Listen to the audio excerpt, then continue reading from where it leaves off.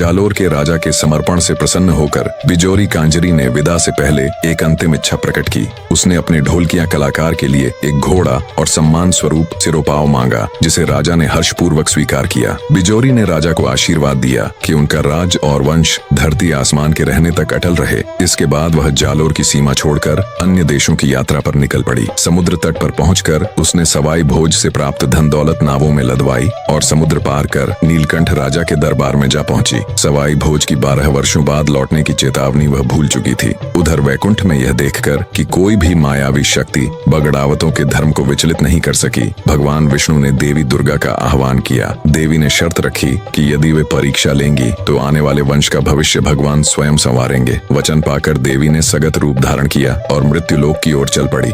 देवी ने सवाई भोज की अंतिम परीक्षा के लिए अपनी लीला रचनी शुरू की। उन्होंने घोषणा की कि यह केवल छल नहीं बल्कि वीरों की धर्म परीक्षा होगी। महारानी रूप धारण करने हेतु उन्होंने बूंदी के रेशमी डोरे, समुद्र के मोती और तेजाजी के पाटन व सवाई भोज के महलों की ओर प्रस्थान का संकल्प किया। अंत में उन्होंने दृढ़ स्वर में कहा, मैं भोजाजी को छलने जा रही हूँ। इसी लीला के अंतर्गत देवी ने भवानी रूप में अवतार लिया और बूंदवाल नगर के सोलंकी राजा के घर पुत्री बनकर जन्म लिया, जो आगे चलकर रानी जयमती कहलाएं। उसी समय कोठारी नंद अहिर के घर दासी के यहाँ भी एक कन्या जन्मी, जिसका नाम भी हीरा रखा गया। दोनों बालिकाएं साधारण नहीं थीं। उनकी आयु बिजली की गति से बढ़ी और शीघ्र ही वे सुंदर युवतियों के रूप में प्रकट हो गईं। एक बार गणगौर के पर्व पर भवानी ने अपनी सहेली हीरा के साथ राजमहल में फूंदी नृत्य खेलने का निश्चय किया। जैसे जैसे नृत्य की गति तेज होती गई, उनकी अलौकिक शक्ति से राजा सोलंकी का सुदृढ़ महल थर-थर कांपने लगा। महल को डोलता देख राजा भयभीत हो उठे और उन्हें प्रलय या भूकंप का आभास होने लगा। जब हीरा ने बताया कि यह सब राजकुमारी के नृत्य का प्रभाव है तो राजा चिंता में पड़ गए। उन्होंने सोचा कि यदि बाल्यावस्था में ही ऐसी शक्ति है तो आगे चलकर यह कन्या पूरे नगर के लिए संकट बन सकती है।